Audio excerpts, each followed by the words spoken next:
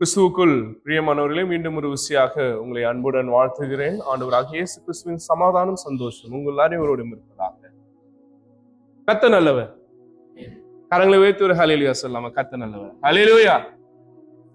மீண்டும் இந்த ஞாயிற்றுக்கிழமை நாம் சிந்திக்கும்படியாக நம்முடைய சினாட் மாமன்றம் நமக்கு கொடுத்திருக்கிற ஒரு நல்லதொரு தலைப்பு, God and people of all faith. God and people of all faith. தமிழ்ல கடவுளும் பல்சமய மக்களும் என்கின்ற தலைப்பின் கீழாக சிந்திக்க அழைக்கப்பட்டிருக்கின்றோம். இன்னைக்கு வளர்ந்து கொண்டிருக்கிற இந்த உலகத்திலே எந்த அளவு அறிவியலும்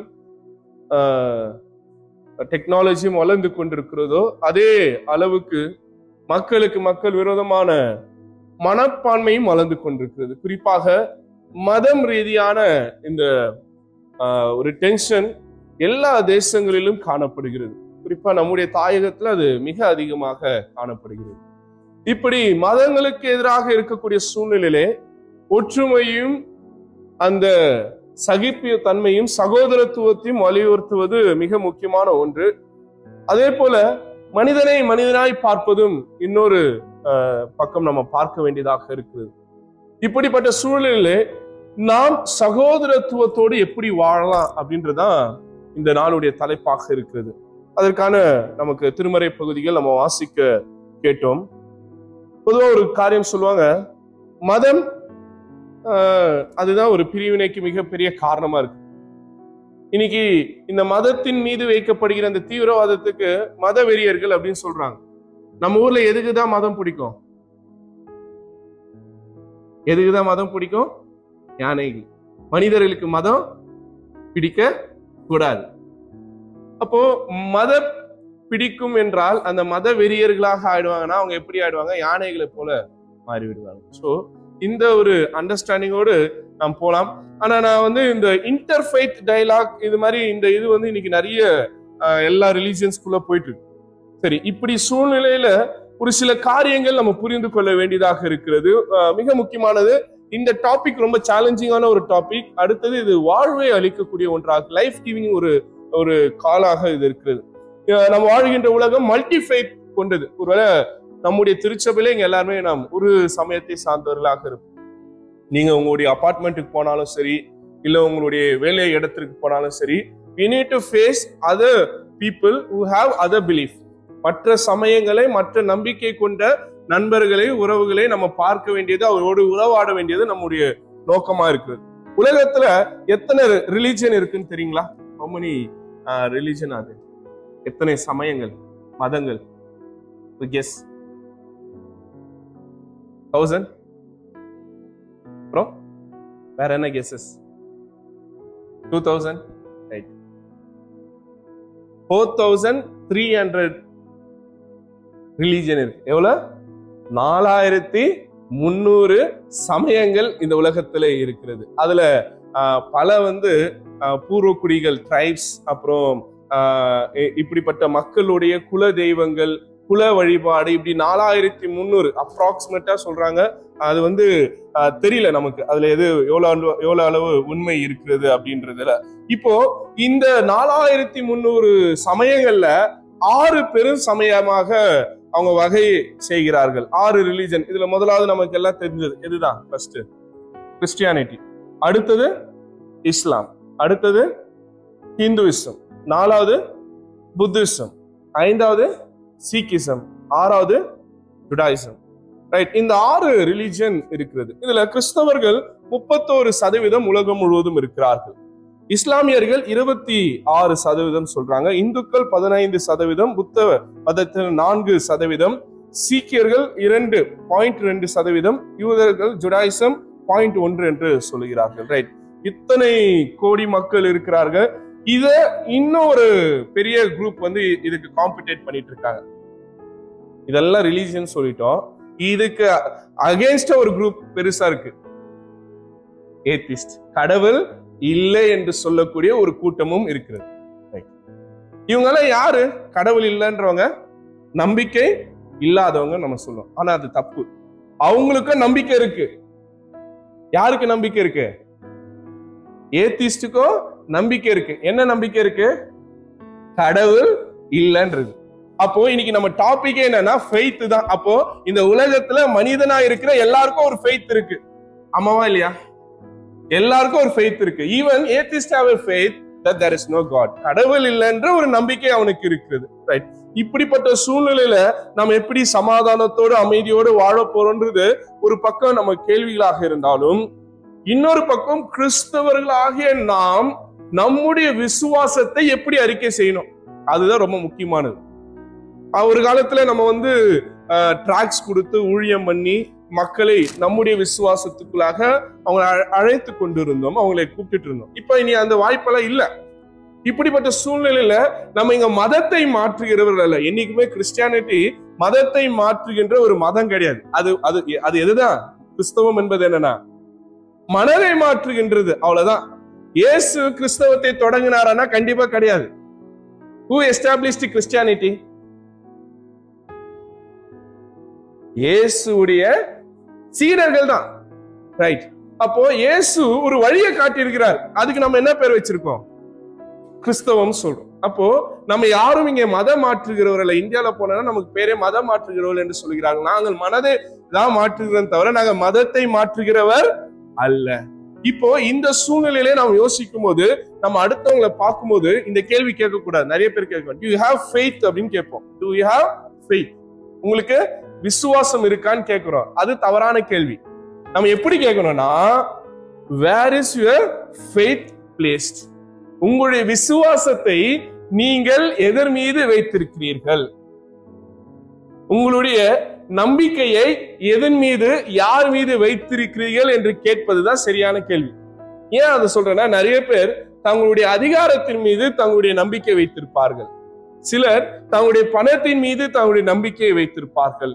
ஒரு சிலர் தங்கள் உறவுகள் மீது தங்களுடைய நம்பிக்கையை வைத்திருப்பார்கள். ஆனால் நீங்களும் நானும் யார் மீது நம்முடைய நம்பிக்கையை வைத்திருக்கிறோம்? ஆண்டவராகிய இயேசு கிறிஸ்து. We place our faith on Jesus Christ. இயேசுவின் மீது நம்முடைய விசுவாசத்தை வைத்திருக்கிற சந்ததிகளாக, தலைமுறையாக நம்ம வாழ்ந்து கொண்டிருக்கிறோம்.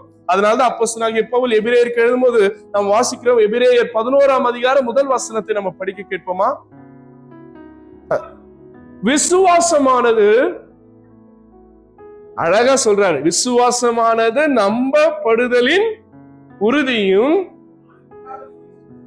காணப்படாதவைகளின் நிச்சயமாயிருக்கு. ஐயா, நீங்க ஆக்சிஜன் தான் சுவாசிக்கிறீங்க அப்படின்னு சொன்னா நான் கேட்ப ப்ரூஃப் எங்க? ஆக்சிஜன் நான் பார்க்கலையே. நான் பார்த்தா நம்பலாம். நிறைய பேர் சொல்லுவாங்க, கடவுளை நான் பார்க்கல, நான் எப்படி நம்புறது? ஆக்சிஜன் கூட நம்மளால என்ன பண்ண முடியல, பார்க்க முடியல, ஆனா இருக்குல்ல.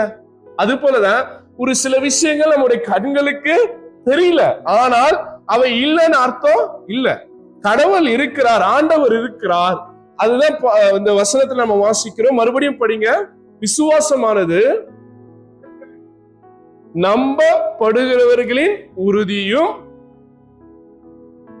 காணப்படாதவைகளின் நிச்சயமா இருக்கு. அப்போ இதுதான். அப்போ இது ஒரு பிளைண்ட் பிலீஃபா? ஆமா சார், அப்படிதான். நம்பிக்கை என்பது ஒண்ணு இல்ல, ஆனாலும் நம்பணும். பார்க்க முடியல, நம்பணும். அதுதான் என்னுடைய நம்பிக்கையின் அடித்தளமாக இருக்கிறது. நீங்க இன்னைக்கு அந்த எபிரேயர் 11ஆம் அதிகாரம் நீங்க போய் வீட்டுல வாசித்து பாருங்க. ரொம்ப அழகா அதை கட்டி எழுப்பி கொண்டு வந்தே இருப்பார். யார்கிட்ட இருந்து ஆரம்பிக்கிறாரு பாருங்க, ஆபேல் இடத்துல இருந்து ஆரம்பிக்கிறார். அப்படியே யார் யார் பத்தி எல்லாம் அங்க சொல்றாரு பாத்தீங்கன்னா, முதல்ல யாரை பத்தி சொல்றாரு? ஆபேல் பத்தி சொல்றாரு. அப்புறம் காயின், அப்புறம் ஏனோக்கு பத்தி சொல்றாரு, அப்புறம் நோவா, ஆபிரகாம், சாரா, ஈசாக்கு, யாக்கோபு, யோசேப்பு, மோசே, அப்படியே வந்தீங்கன்னா தீர்க்கதரிசிகள். கடைசியா எங்க அது நிக்கும்னா அப்போஸ்தலர் வரை நிக்கும். இன்னைக்கு என்ன கேட்டீங்கன்னா, இது எங்க நிக்கிறதுனா நம் வரையில நிக்கிறது. யார் இடத்துல ஆரம்பிச்சதுன்றாரு? ஆபேல் இடத்துல. ரைட். இப்போ இந்த விசுவாச பயணத்துல ஆபிரகாமுடைய விசுவாசம் ரொம்ப முக்கியமானது. 11ஆம் அதிகாரம் 11ஆம் வசனத்தை படிப்போமா? விசுவாசத்தினாலே சாராலும், ரொம்ப அழகான ஒரு ஃபெய்த் ஸ்டேட்மெண்ட், வாக்குதத்தம் பண்ணினவர் உண்மையுள்ளவர் என்று கற்பம் தரிக்க பலனடைந்து வயது சென்றவராயிருந்தும் பிள்ளை பெற்றார். எங்க மெடிக்கல் சொல்லுது இது நடக்காது. ஒரு வயசான ஒரு அம்மாவால குழந்தை பெற்றிருக்க முடியாது. அவங்களுடைய கற்பம் செத்து போயிடுச்சு. அவங்களால நடக்கவே நடக்காதுன்ற ஒரு இடத்துல ஆண்டவர் நடத்தி காட்டுகிறார் என்றால் அதற்கு அடிப்படை என்னவென்றால் விசுவாசம். ஆமென். அந்த வார்த்தை ரொம்ப முக்கியமானது. அது மறுபடியும் படிங்க. 11ஆம் அதிகாரம் 11ஆம் வசனம். விசுவாசத்தினாலே சாராலும்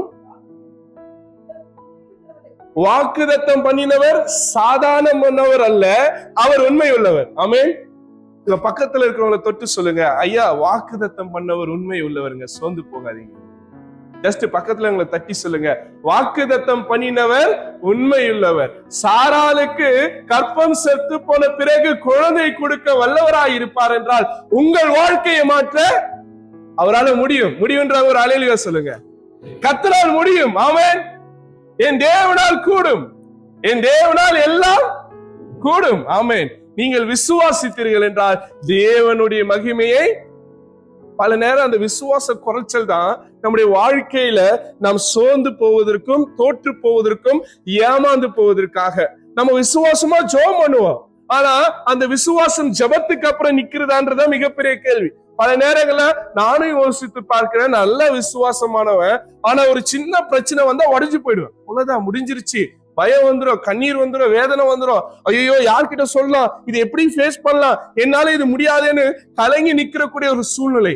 அப்பதான் நம்முடைய விசுவாசத்தை ரீபில்ட் பண்ண வேண்டியதாக இருக்கிறது, மறு கட்டமைப்பு செய்ய வேண்டியதாக இருக்கிறது.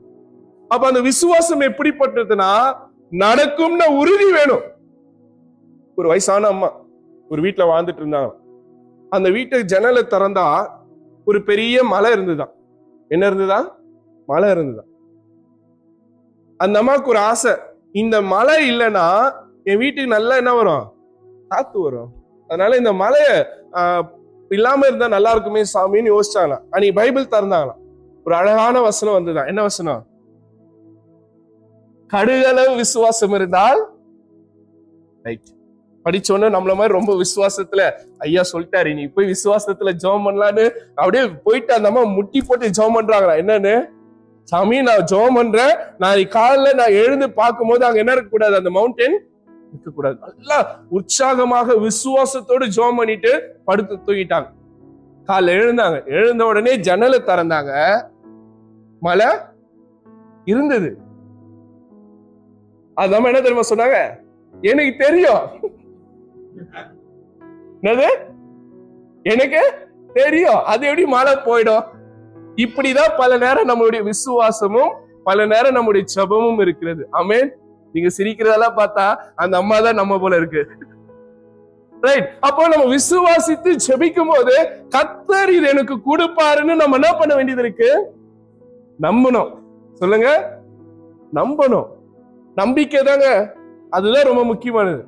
மறுபடியும் சொல்றீங்களா? பக்கத்துல இருக்கவங்க கிட்ட நம்புங்க, ஆண்டவரை நம்புங்க, விசுவாசத்தோடு நம்புங்க. இதுவே நீங்க சொல்லனா ஆண்டவர் எப்படி செய்வாரு? ரைட். அன்புக்குரியவர்களே, நாம் கர்த்தரிடத்துல ஒரு காரியத்தை கேட்கிறோம் என்றால் அந்த காரியத்தை குறித்து ஒரு விசுவாசமும் அதை குறித்து ஒரு உறுதியும் தேவைப்படுகிறது. ஒருவேளை அன்னைக்கு சாரா சிரித்தாங்க.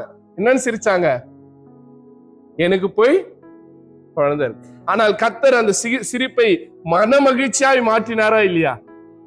அதே தேவன் இன்னைக்கு நம்முடைய தேவனாக இருக்கிறார். அதனால அந்த ஒரு நம்பிக்கை நம்முடைய வாழ்க்கையில மிக அதிகமாக தேவைப்படுகிறது.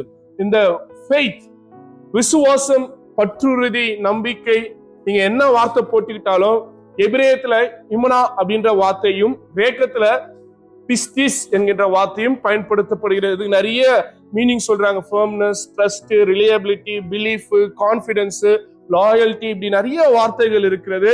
உங்களுடைய வொக்காபுலரி நீங்க என்னன்னாலும் போட்டுக்கோங்க. என்ன பொறுத்தல ஃபெய்த்ன்றதுதான் அடிப்படை. ஆமென். விசுவாசம் தான் அடிப்படையா இருக்குது. Faith is not blind, it is trust based on God's character. என்னுடைய நம்பிக்கை குருட்டுத்தனமான பார்வை இல்லாதவர்களுடைய நம்பிக்கையை நான் சொல்லல. ஆனால் என்னுடைய நம்பிக்கை எப்படின்னா என் கடவுளை சார்ந்து. என் ஆண்டவர் யாருன்னு எனக்கு தெரியும். ஆமாவா இல்லையா? என் ஆண்டவர் யாருன்னு தெரியும். அவரை நான் நம்புறேன். அதனால அவர் அதை செய்வாருன்னு அவர் மீது விசுவாசம் வைக்கிறேன். நீங்க ஒரு டாக்ஸில ஏறுறீங்க. ஒவ்வொரு முறையும் டாக்ஸி ஏறும்போது அந்த டாக்ஸி டிரைவர் கிட்ட அவனுடைய டிரைவிங் லைசன்ஸ் வாங்கி பாக்குறோமா? இல்லல. ஒவ்வொரு முறையும் பிளைட்டுக்கு போறோம் இந்தியாவுக்கு, அந்த பைலட் வந்து அவருடைய லைசன்ஸ் கொடுங்கன்னு கேட்டு பாக்குறோமா? இல்ல. ஆனா எப்படி நம்ம பயணம் செய்யறோம்? நம்பிக்கை இருக்குல்ல.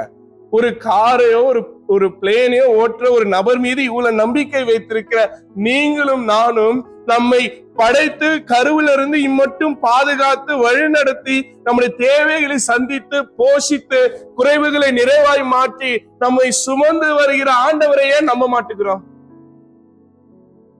எல்லாற்றையும் நம்புறோம்ல. ஏன் ஆண்டவரை நம்புறதுல நமக்கு அவ்வளவு பெரிய சிக்கல் இருக்கிறது? ஏன் ஆண்டவரை நம்புறதுல மட்டும் நமக்கு ஒரு டவுட் இருந்துட்டே இருக்கிறது? சாதாரண ஒரு மனிதனை அவ்வளவு கான்பிடென்டா நம்ம நம்பி நம்முடைய உயிரை நம்முடைய வாழ்க்கையை அவங்க கிட்ட உட்காந்து அவங்களோட நம்ம பயணம் பண்றோம். ஆனால் நம்முடைய ஆண்டவர் மீது நம்புவதுல நமக்கு என்ன தயக்கம்? எந்த ஒரு தயக்கம் இல்லாமல் கர்த்தரை நாம் அறிந்து வைத்திருக்கிறோம். கர்த்தரை நாம் முழுமையாக நம்புவதுதான் நமக்கு ரொம்ப முக்கியமானது. அதே போல ஆண்டவரை நம்புவதனால நம்முடைய வாழ்க்கை ஏதோ இருள போகுது இல்ல, அது கண்டிப்பா எங்கதான் வரப்போகுது? ஒரு வெளிச்சத்தை நோக்கி ஆண்டவர் நடத்த வல்லவராக இருக்கிறார். அடுத்தது அவருடைய வார்த்தைகளை நம்புறதுல நம்ம ரொம்ப முக்கியமா இருக்கணும். Trusting his promises. பல நேரங்கள்ல நம் வாக்குத்தத்தங்களை வாங்கிட்டு அதுக்காக ஜெபம் பண்றோம். அடுத்தது அந்த வாக்குத்தத்தங்கள் நிறைவேறிச்சான்னு கூட நினைச்சு பாக்குறது இல்ல. அது விசுவாசம் அல்ல. ஒவ்வொரு வாக்குத்தத்தங்களையும் திரும்ப திரும்ப திரும்ப கேட்கணும். ஆண்டவரே, நீ சொன்னீர், இன்னும் நடக்கல. இந்த மாதத்துல இந்த வாக்குத்தத்தத்தோட என்ன பேசுனீங்க, ஆனா ஏன் இன்னும் எனக்கு செய்யல? தொடர்ந்து விசுவாசத்தோடு அவர் இடத்துல கேட்பதுதான் நம்முடைய பர்சிஸ்டன்ஸ், நம்மளுடைய விடாமுயற்சி, நம்முடைய நம்பிக்கை எவ்வளவு என்பதை ஆண்டவர் உணர்ந்து கொள்ளுகிறார். அதுதான் ரொம்ப முக்கியமானது. சில நேரங்களில் ஒரு முறை ஜெபம் பண்ணி விட்டுருவோம். ஆண்டவர் நம்ம தொடர்ந்து ஜெபிக்கிறோமான்னு எதிர்பார்க்கிறார். நம்ம அது குறித்து தொடர்ந்து அவரை கேட்கிறோமான்னு பார்க்கிறார். அதனால அந்த வாக்குத்தத்தங்களை பிடித்தவர்களாக தொடர்ந்து வாழ கர்த்தர் நம்மை அழைக்கிறவராக இருக்கிறார். இன்னைக்கு நமக்கு கொடுக்கப்பட்டிருக்க 3 திருமறை பகுதிகள்ல ஒரு சில காரியங்களை நான் சுட்டி காட்டி நான் இதை முடிக்க ஆசைப்படுகிறேன். முதலாவது திருமறை பகுதி வாசிக்க கேட்டது ஆமோஸ் தீர்க்க தரிசன நூல் 9ஆம் அதிகாரத்திலே வசனங்கள் 1 முதல் 12 வரை படிக்க கேட்டோம். வேதத்துல முதலாக எழுதப்பட்ட தீர்க்க தரிசன நூல் அப்படின்னு பாத்தீங்கன்னா அது ஆமோஸ் நூல் தான். ஆமோஸ் தீர்க்க தரிசி வாழ்ந்த காலகட்டம் பாத்தீங்கன்னா நாடு 2ஆ இருக்கும். வடநாடு தென்னாடுன்னு பிரிந்திருக்கிறது. இந்த சூழ்நிலையில இஸ்ரவேல் மக்கள் மிக செழிப்பா இருக்கிறாங்க. அவங்க வாக்குத்தத்தம் பண்ணப்பட்ட தேசத்துல மறுபடியும் வந்து மிக செழிப்பாய் வாழ்ந்து கொண்டிருக்கிறார்கள். ஆனால் ஒரு சில மக்கள் வறுமையில வாழ்ந்து கொண்டிருக்கிறார்கள். இன்னொரு பக்கம் தன்னை அழைத்து வந்த கடவுளை மறந்துட்டாங்க இஸ்ரவேல் மக்கள். எப்பெல்லாம் கடவுளை இந்த இஸ்ரவேல் மக்கள் மறந்து போகிறார்களோ, கடவுள் தம் தீர்க்கதரிசிகளை அனுப்பி அவர்களுக்கு நினைவுபடுத்தி கொண்டே இருக்கிறார் வேதத்துல. அப்படிதான் ஆமோஸ் போய் அவங்களுக்கு என்ன பண்றாரு? தீர்க்க தரிசனம் சொல்றாரு. அவங்க தாங்கள் ரொம்ப உயர்வா நினைச்சுக்கிட்டாங்க. யாரு? இஸ்ரவேல் மக்கள். தாங்கள் தெரிந்து கொள்ளப்பட்ட சந்ததி, சூசன் பீப்பிள், மற்றவங்க எல்லாம் யாருமே கடவுளால் தெரிந்து கொள்ளப்பட்டவர்கள் அல்லன்ற ஒரு மேட்டிமையான சிந்தனை அவங்களுக்குள்ள வந்துருச்சு. அப்பதான் ஆமோஸ் 9ஆம் அதிகாரத்துல 7ஆம் வசனத்துல சொல்றாரு, வாசிங்க. இஸ்ரவேல் புத்திரரே,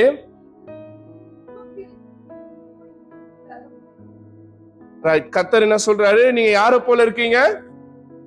எத்தியோப்பியன்ஸ் எல்லாம் எப்படி இருப்பாங்க? ஏன்னா அவங்க எந்த டெசன்ட்ல இருந்து வராங்க? எந்த இதுல இருந்து வராங்க? எந்த நாட்டை சார்ந்தவர்கள்? எத்தியோப்பியன்ஸ் எல்லாமே அந்த ரைட். அப்போ இஸ்ரவேலர்கள் எப்படிப்பட்டவங்க? அவங்களுடைய கலர் நமக்கு தெரியும், ரைட்? அப்போ ஆண்டவர் சொல்றாரு, நீ ரொம்ப உயர்வா நினைச்சுக்காத, நீ எனக்கு யார்தான் சொல்லுங்களேன். ஆண்டவர் சொன்னதை தான் சொல்ல போறீங்க, நீங்களா புதுசா சொல்ல போறல. அந்த வசனத்தை வாசிங்க 9:7. இஸ்ரவேல் புத்திரரே, நீங்களும் எனக்கு யார போலதான் இருக்கிறீங்க? எத்தியோப்பியர் புத்திரர்கள் போலதான் இருக்கிறீங்க. அவங்களும் எனக்கு புத்திரர்கள் தான், நீங்களும் எனக்கு புத்திரர்கள் தான். அடுத்தது வாசிங்க. நான் உங்களை மட்டும்தான் மீட்டு கொண்டு வந்தேன்னு நினைக்காதீங்க. நான் இஸ்ரவேலை எங்க இருந்து கூட்டு வந்தேன்? எகிப்துல இருந்து கூட்டு வந்த, ஆனா அதே போல நான் மற்ற ஜனத்தையும் கூட்டு வந்திருக்கிறேன்றாரு. வாசிங்க. பெலிஸ்தியரை கத்தோரிலிருந்தும் சீரியரை கீரிலிருந்தும் கொண்டு வரவில்லையோ. அப்போ இந்த எக்ஸடஸ் பயணம் வெறும் இஸ்ரவேலுக்கு மட்டும்தான் நடந்தது நம்ம நினைக்கிறோம். கிடையாது. வேதத்துல அதுதான் ரிஜிஸ்டர் ஆயிருக்கிறது. ஆனால் இங்கே ஆமோஸ்ல சொல்றாரு, மற்ற 2 நாடுகளையும் நான் என்ன பண்ணிருக்கிறேன், அழைத்து வந்திருக்கிறேன். அதனால இந்த உலகத்துல இருக்கிற எல்லா மக்களும் யாருடைய மக்கள் தான்? என்னுடைய மக்கள் தான். இப்ப நான் சொன்னல, இந்த 4300 சமயங்கள் இருக்கிறது, இத்தனை கோடி மக்கள் இருக்கிறாங்க. அத்தனை கோடி மக்களும் அத்தனை கோடி சமய மக்களும் இருந்தாலும் அவர்களுக்கு யார் தான் கடவுள்? நம்முடைய தேவனாகிய ஆண்டவர் தான். அது ஒருபோது நம்ம மறந்துடவே கூடாது. அவங்க எத்தனை கடவுளை அவங்க வச்சுக்கிட்டாலும் அவர்களை படைத்து பாதுகாத்து வழிநடத்துகிறவர் நமது ஆண்டவர். ஆமென். அதுதான் சொல்றாரு, அவர்களும் என்னுடைய பிள்ளைகள். அவங்க என்னை அறிந்து கொள்ளாமல் இருக்கலாம், என்னை நோக்கி கூப்பிடாமல் இருக்கலாம், என்னை தெரியாம இருக்கலாம். பவுல் கூட ஒரு இடத்துல பாக்குறோம், ஒரு கூட்டம் என்ன பண்றாங்க, அறியப்படாத தேவனுக்குன்னு சொல்லி என்ன பண்றாங்க, ஆராதனை செய்யறாங்க. அப்ப அவர் சொல்றாரு, நீங்க அறியப்படாத தேவனுக்குன்னு செய்றீங்க, நாங்க அந்த தேவன் என்ன பண்ணிருக்கிறோம், அறிஞ்சு வச்சிருக்கிறோம். அந்த தேவன் யார் என்று அவர்களுக்கு கற்றுக் கொடுக்கிறார்கள் அப்போஸ்தலர்கள். அது போல இவங்க எல்லாமே தெரியாம இருக்கிறாங்க, நம்ம என்ன பண்ணிருக்கிறோம், தெரிஞ்சு வச்சிருக்கிறோம். ஆமென். அதுதான் நம்முடைய விசுவாசமாக இருக்கிறது. ஒருவேளை இவங்க தெரிந்து வச்சுக்கிட்டு கடவுளுக்கு விரோதமா பாவம் செஞ்சிட்டு இருக்கிறாங்க. அதே ஆமோஸ்ல நீங்க பாருங்க, 8ஆம் அதிகாரத்துல 4ஆம் வசனத்தை பாருங்க.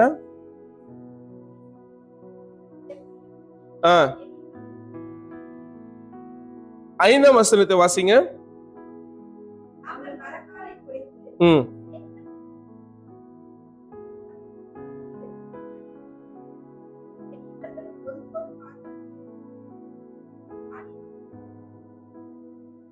ரைட். அப்ப இங்க பார்க்கும்போது மக்கள் நீதியோடு நியாயத்தோடு வாழல.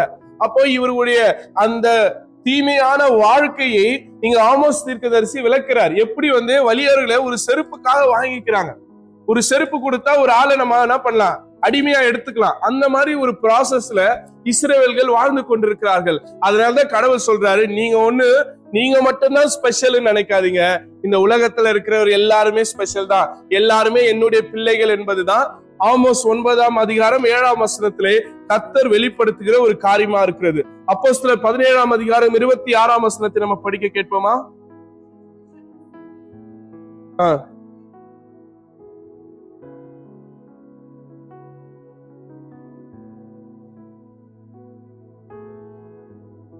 ரைட்.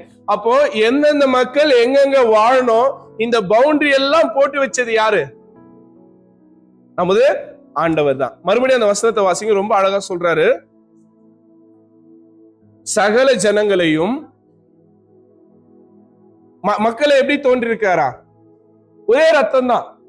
இன்னைக்கு வர நம்ம பிளட் குரூப் பிரிச்சு வச்சிருக்கலாம், ஆனா நம்முடைய விசுவாசத்தின்படி கர்த்தர் ஒரே ரத்தத்துல தானே பண்ணிருக்கிறாரு, உருவாக்கி இருக்கிறார். எல்லா ஜனத்தையும் ஒரே ரத்தத்தாலே உருவாக்கி பூமியின் மீது எங்கும் குடியிருக்க செய்து முன் தீர்மானிக்கப்பட்ட காலங்களையும் குறித்திருக்கிறார். அப்ப யாரு எங்க வாழணும், யார் எந்த தேசத்தார், யார் எந்த தேசத்துல வாழ வேண்டும் என்று கர்த்தர் முன்னதாகவே தீர்மானித்திருக்கிறார் என்று நாம் அப்போஸ்தலர்ல இப்ப படிக்க கேட்டோம். அப்போ கடவுள் நம்ம இப்படிதான் நடத்தணும்னு ஒரு திட்டத்தை வைத்திருக்கிறார். இந்த திட்டத்திற்கு நாம் இடம் கொடுக்க வேண்டியதாக இருக்கிறது. ரைட். அடுத்ததாக நாம் கடந்து செல்லலாம், கிறிஸ்டியன் அண்டர்ஸ்டாண்டிங் ஆஃப் ஃபெய்த். அதாவது கிறிஸ்தவம் என்பது மதத்தை மாற்றுகிறது அல்ல, மனதை மாற்றுகிறது என்று நான் ஆரம்பத்துல சொன்னேன். அதுதான் இன்னைக்கு நம்ம வாசித்த பகுதியும் நமக்கு கற்றுக் கொடுக்கிறது. ரோமர் 2ஆம் அதிகாரம் 28ஆம் வசனத்திலிருந்து 29ஆம் வசனம் வரை நம்ம படிக்க கேட்போமா? ரோமர் 2ஆம் அதிகாரம் 28லிருந்து 29 வரை.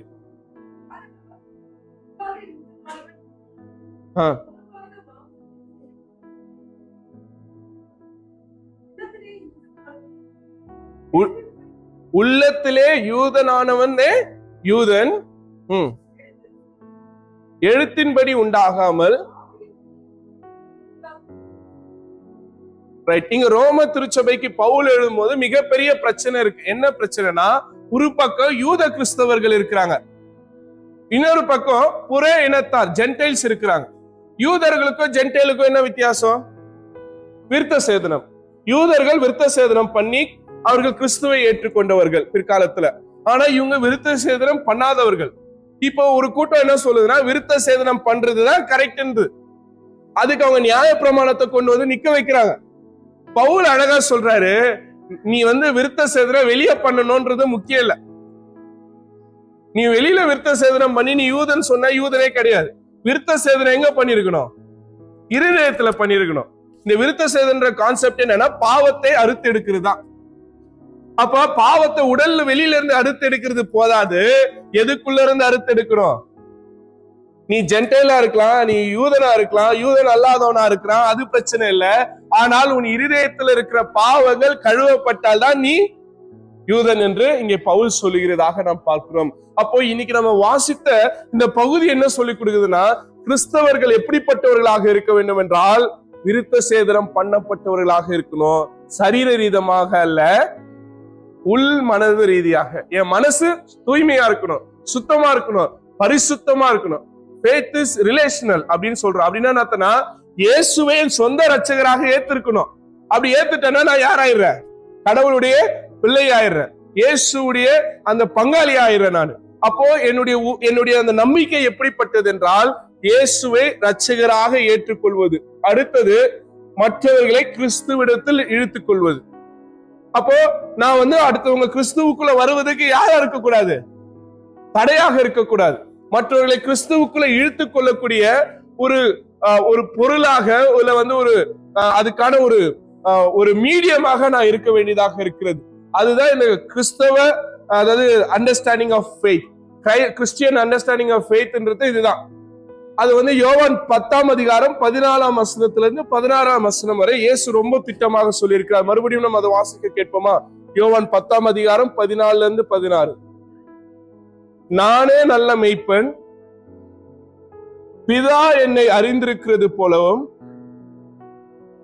நான் பிதாவை அறிந்திருக்கிறது போலவும் நான் என்னுடையவைகளை அறிந்தும் என்னுடையவைகளால் அறியப்பட்டிருக்கிறேன். ஆடுகளுக்காக என் ஜீவனை கொடுக்கின்றேன். இந்த தொழுவத்தில் உள்ளவைகள் அல்லாமல் வேற ஆடுகள் எனக்கு உண்டு. அப்போ இன்னைக்கு திருச்சபை நாம் புரிந்து கொள்ள வேண்டிய மிக முக்கியமான ஒரு காரியம் என்னவென்றால், இந்த கூட்டம் பத்தாது. ஆமென். இந்த கூட்டம் பத்தாது. அப்ப திருச்சபையுடைய ப்ராசஸ் என்னன்னா, இது வளர்ந்து கொண்டே இருக்கணும். ரைட்? நம்ம திருச்சபை வளர்ந்து கொண்டிருக்கிறது. ஒவ்வொரு நாளும் ஒவ்வொரு ஞாயிற்றுக்கிழமை நம்ம பார்த்துட்டு இருக்கோம். ஜனங்களுடைய மக்கள் வருகை அதிகரித்து கொண்டே இருக்கிறது. இது போதாது. ஏன்னா ஆண்டவரே சொல்லி இருக்கிறாரு, இந்த தொட்டிலில் இந்த மந்தையில் இல்லாத ஆடுகள் வெளியே இருக்கு. அப்ப அந்த ஆடுகளை உள்ள கூட்டிட்டு வர வேண்டியது நம்ம எல்லாருடைய கடமையாக இருக்கிறது. அப்போ அதுதான் விசுவாசம். மற்றவர்களை உள்ளே அழைப்பதுதான் அந்த விசுவாசத்தின் செயல்பாடாக இருக்கிறது. அப்ப நீங்க நானும் என்ன செய்ய வேண்டியது இருக்கிறது என்றால், மற்றவர்களை கிறிஸ்துவின் பக்கம் திருப்ப வேண்டியதா இருக்கிறது. என்னுடைய விசுவாசம், என்னுடைய நம்பிக்கை மற்றவர்களுக்கு வழிவகுக்க வேண்டியதா இருக்கிறது. ஐயா, எனக்கு ஆண்டவர் செய்தார், நீங்க வாங்க ஆண்டவர் இடத்துல, ஆண்டவர் உங்களுக்கும் செய்வார்னு யார் சொல்லணும்? நம்ம தான் சொல்லணுங்க. வாயே திறக்கலன்னா எப்படி? சர்ச்சிலே வாய் திறக்க மாட்டேங்கிறீங்க, நீங்க போய் எங்க வெளியில வாயை திறக்க போறீங்க? சபையில பேசுங்க, திருச்சபையில பேசுங்க, உங்க அலுவலகங்கள்ல பேசுங்க, உங்க அபார்ட்மெண்ட்ஸ்ல இருக்க நண்பர் இடத்துல பேசுங்க, உங்க உறவுகள் கிட்ட பேசுங்க. ஆண்டவர் எனக்கு இதை செய்தாருங்க, நான் விசுவாசத்துல இது பெற்றுக்கொண்டங்க, கர்த்தர் உங்களுக்கும் செய்வார். அதுதான் விசுவாசத்தின் ஆழமாக இருக்கிறது. அப்ப ஆண்டவர் இன்னைக்கு அந்த அழைப்பை நம்ம இடத்துல கொடுத்திருக்கிறார். மற்ற மக்களை, இந்த தொழுவத்தில் சேராத ஆடுகள், அந்த வசனத்தை மறுபடியும் வாசிங்கம்மா. இந்த தொழுவத்தில் உள்ளவைகள் அல்லாமல் வேற ஆடுகள் எனக்கு உண்டு, அவைகளையும் நான் கொண்டு வர வேண்டும். அவைகள் என் சத்தத்துக்கு செவி கொடுக்கும். எவைகள்? தொழுவத்தில் இல்லாதவைகள் யாருக்கு செவி கொடுக்குதா? ஆண்டவர். இங்க பிரச்சனை நான் ஏற்கனவே சொன்னதான், தொழுவத்தில் உள்ளவைகள் தான் செவி கொடுக்க மாட்டேங்குது. தொழுவத்துக்கு வெளியில இருக்குது செவி கொடுக்கிறது. ஆண்டவர் சொல்றாரு, அப்ப இந்த தொழுவத்தில் இருக்கிற நீங்களும் நானும் தொழுவத்தில் இல்லாதவர்களுக்கு கர்த்தருடைய சத்தத்தை காட்டி அவர்களை தொழுவத்துக்குள்ளாக கொண்டு வர வேண்டியது. என்னங்க ஐயா இது ஹிடன் அஜெண்டாவா இருக்குது, நீங்க மதம் மாற்ற மாட்டேன்னு சொல்றீங்களே, ஆனா நீங்க சொல்றது பார்த்தா அப்படிதான் இருக்கு. இப்போ நான் சொல்றேன், நான் மதம் மாற்ற இல்ல, வந்து பாருங்கள், அவ்வளவுதான். என்னது சொல்லுங்க, வந்து பாருங்கள். யார் சொன்னா? இயேசு சொன்னார். தன் சீடர்கள் வந்து கேட்டாங்க, யோவானுடைய சீடர்கள், ஆண்டவரே நீர் எங்கே தங்கி இருக்கிறீர்? ஆண்டவர் என்ன சொன்னாரு? வந்து பாருங்கள் அப்படின்னாரு. வந்தவங்க போவே இல்லை, என்ன பண்ணிட்டாங்க? அங்கே தங்கிட்டாங்க, அவ்வளவுதான். அப்ப இன்னைக்கு திருச்சபை செய்ய வேண்டியது என்னவென்றால், ஒரு குடும்பம், ஒரு உறவு, ஒரு நண்பர், ஒரு கொலீகு பிரச்சனையில இருக்கிறார், சார் வந்து பாருங்க. என்னது வந்து பாருங்க? யார் எடுத்தது சொல்லுங்களேன், தூங்கிட்டு இருக்கீங்கன்னு நினைக்கிறேன். யார் இடத்துல வந்து பாருங்க? இயேசுவிடத்தில் வந்து பாருங்க. ஒரு கடைக்கு பேர் வச்சிருக்கா, வந்தா வந்தா வெட்டுவோம். எது? வந்தா வெட்டுவோம். எது? முடிய. இன்னைக்கு நம்ம சொல்ற வந்து பாருங்க. எது? வந்து பாருங்க, இயேசுவிடத்தில் வாருங்கள், கர்த்தர் நல்லவர் என்பதை ருசித்து பாருங்க. அவங்க ருசிக்கிறதுக்கு, ஆண்டவரை சுவைத்து பார்க்கிறதே உங்களுக்கு ஒரு வாய்ப்பை கொடுங்க. அப்ப என்னுடைய விசுவாசம், என்னுடைய ஃபெய்த், என்னுடைய நம்பிக்கை மற்றவர்களை கர்த்தரிடத்தில் அழைக்கும் வகையிலே அது அமைய வேண்டியதாக இருக்கிறது. அதுதான் ஆண்டவர் நம்ம இடத்துல எதிர்பார்க்கிறதாக இருக்கிறது. யோவான் 14 அதிகாரம் 6 மறுபடியும் வாசிப்போமா? யோவான் 14:6. அதற்கு இயேசு, நானே வழியும் சத்தியமும் ஜீவனுமாயிருக்க. அப்ப ஆண்டவர் யாரு? ஆண்டவர் யாரு? வழி.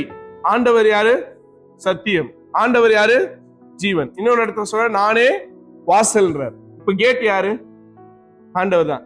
கேட்டுக்குள்ள வர்றது போறது யார் டிசைட் பண்ணிட்டோம்? ஆண்டவர் டிசைட் பண்ணிப்பார். ஆமென். ஏன்னா அவர்தான் கேட்டு. அந்த கேட்டு கிட்ட கூட்டு வர வேண்டியது யாரோட வேலை? நம்மளோட வேலை. அவன் கேட்டுக்குள்ள வந்துட்டானா அவன் உள்ள இருக்கணுமா இல்ல கேட்டு விட்டு வெளியே போனோமான்றது ஆண்டவர் பார்த்துப்பார். அவனை கேட்டு கிட்ட கூட்டு வந்து வாசல் அருகிலே கூட்டு வர வேண்டியது, வழியை காமிக்க வேண்டியது, ஜீவனை காட்ட வேண்டியது யாரோட வேலை? நம்மளுடைய வேலையாக இருக்கிறது. தொடர்ந்து எபேசியர் 2 அதிகாரம் 8 நம்ம படிக்க கேட்போம். எபேசியர் 2 அதிகாரம். ரைட். இன்னொரு காரியம் நம்ம புரிந்து கொள்ள வேண்டியது இருக்கு. ஐயா அம்மா, நீங்க நானு இந்த திருச்சபையில இருப்பது, கர்த்தருக்குள் வாழ்ந்து கொண்டிருப்பது நம்மளுடைய செயல்பாடுகள் அல்ல, நம்மளுடைய நல்ல சிந்தனைகள், நம்முடைய நல்ல வாழ்க்கையினால அல்ல. நீங்க நானும் நம்முடைய வாழ்க்கையில பெற்றிருக்கிற ஆசீர்வாதங்கள் நம்ம நல்லவங்கனால கர்த்தர் கொடுத்ததே கிடையாது. அதை நம்ம ஒரு நாளும் மறந்துடக்கூடாது. அப்ப இதெல்லாம் எனக்கு எப்படி கிடைச்சது? அதுதான் பவுல் சொல்றார். வாசிங்க. கிருபையினாலே விசுவாசத்தை கொண்டு, அழகா சொல்றார். ஃபர்ஸ்ட் என்னது? கிருபை, கிரேஸ். அந்த கிருபை, கர்த்தருடைய கிருபை எனக்கு இருந்ததுனால எனக்கு என்ன கிடைச்சது? ரட்சிப்பு, விசுவாசம். அந்த விசுவாசத்தினால எனக்கு என்ன கிடைச்சது? ரட்சிப்பு. அப்ப இது 3 ரொம்ப முக்கியமானது. முதல்ல கிருபை, கர்த்தருடைய கிருபை என்றும் உள்ளது. ஆமென். அது யாவர் மேலும் உள்ளது. அந்த கிருபை நம்மீதும் உள்ளது. அந்த கிருபை எனக்கு என்ன கொடுத்தது?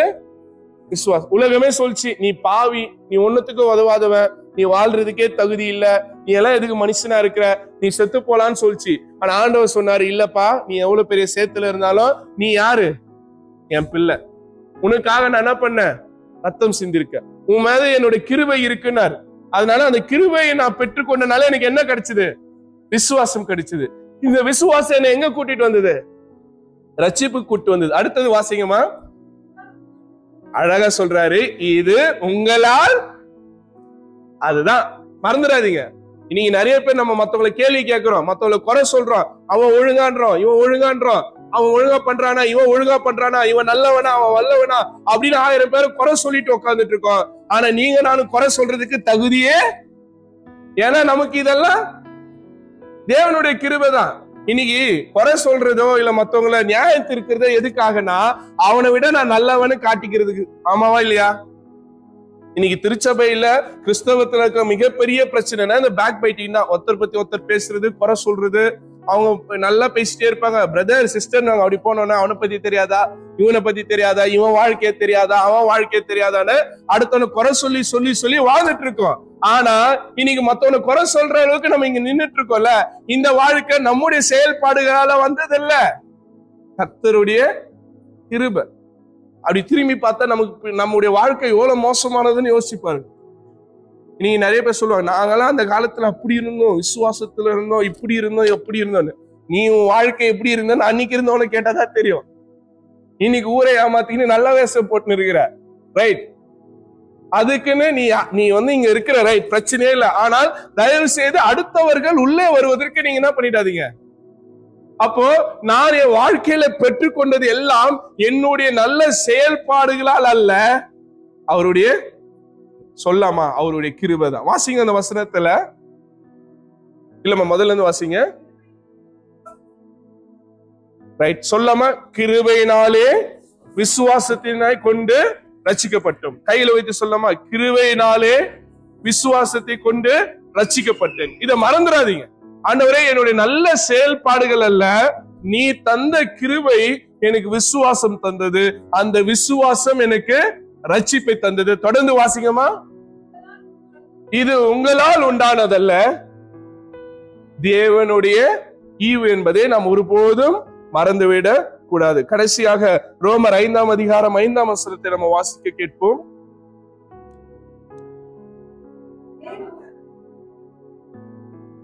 மேலும் நமக்கு அருளப்பட்ட பரிசுத்த ஆவியினாலே தேவனுடைய அன்பு நம் மீது ஊற்றப்பட்டிருக்கபடியால் அந்த நம்பிக்கை நம்மை, ரொம்ப அழகா சொல்றாரு பாருங்க, எந்த நம்பிக்கை நம்மை வெட்கப்பட்டாது. மறுபடியும் வாசிங்க. ரொம்ப அழகா, அது உன்னிப்பாய் நம்ம கவனிக்க வேண்டிய ஒரு வசனமா இருக்குது. மறுபடியும் வாசிங்கம்மா. பரிசுத்த ஆவியினாலே தேவ அன்பு நம்முடைய இருதயங்களில் ஊற்றப்பட்டிருக்கபடியால் அந்த நம்பிக்கை நம்மை வெட்கப்பட்டது. ஆண்டவருடைய அன்பு என் மீது இருக்கு.